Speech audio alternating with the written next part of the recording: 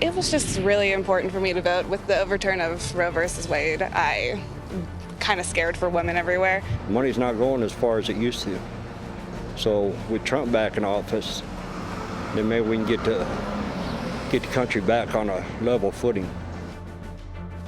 Our exit pollers were talking to voters all day yesterday about how they were feeling and what they were thinking about. So we want to bring back CBS News Elections and Surveys Director Anthony Salvanto and CBS News Chief Washington Correspondent Major Garrett to break down some of that exit poll data. Gents, good to see you. So let's talk about the state of Michigan. Right. Why haven't we called it yet? Yes. Why don't we have a designation for Michigan yet? We do. It's lean Trump. But why haven't we called it? Anthony? Very simple answer. This is the outstanding vote on this map. These circles, the bigger they are, the more vote has yet to be counted. The color of them tells you which way in the past those votes would have gone. There's 100,000 votes still remaining to be counted in Detroit. That's the simple answer until we see more of those. Now, Kamala Harris would need to get about 70% of them, maybe 65, 70. That's a high hill. That's why it's lean Trump, but still could happen, so we can't call it.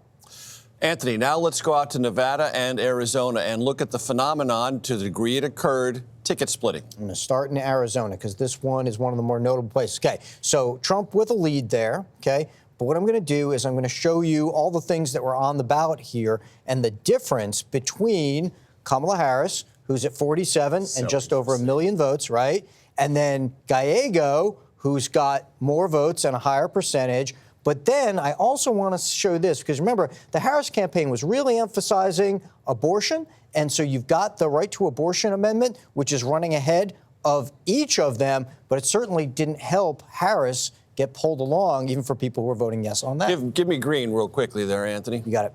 Look at this. Trump, Gallego voters. What does that tell you? That you can do something at the presidential level, make a very loud declaration of what your choice is, because the choices were very stark, and then look at your state and say, I'm more comfortable this way within my state. But nationally, Trump and then Gallego. Yeah, because what's interesting about this race is Kari Lake was seen almost as being in lockstep with President Trump. She certainly tried to be that. She has not worn nearly as well in Arizona, not been the transformative figure in Arizona that Trump has been. Let's go to Nevada. And I should add real quickly that there are Republican voters who vote in support of abortion rights, but also then vote for Trump over Harris.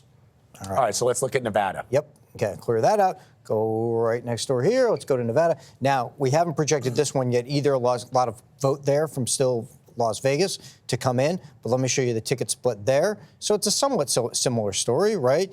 Jackie Rosen is running just a little bit ahead of Harris. And again, here we've got an abortion referenda that's running ahead of both Democrats. So what's interesting to me, and this is the first national election since the overturning of Roe versus Wade, that there are some people who are voting for abortion rights, women's reproductive rights, but are voting for Republicans, some who are seeking to undo those rights. Yep. This is local. This is what you want in your state. And then this is national, what you want overall. And there are Republicans, maybe about 4 in 10, who support abortion rights. And that's where you get that crossover. One other thing to point out, Vlad, we saw this in Arizona, Nevada, most of the key contested states. Unlike 2016, when then candidate President-elect Trump ran behind Senate Republican candidates, in almost every state, he is now running ahead of them. There are a lot of people come out to vote just for him. Just for Donald Trump. Yep. Fascinating, as always. Gentlemen, thank you very much.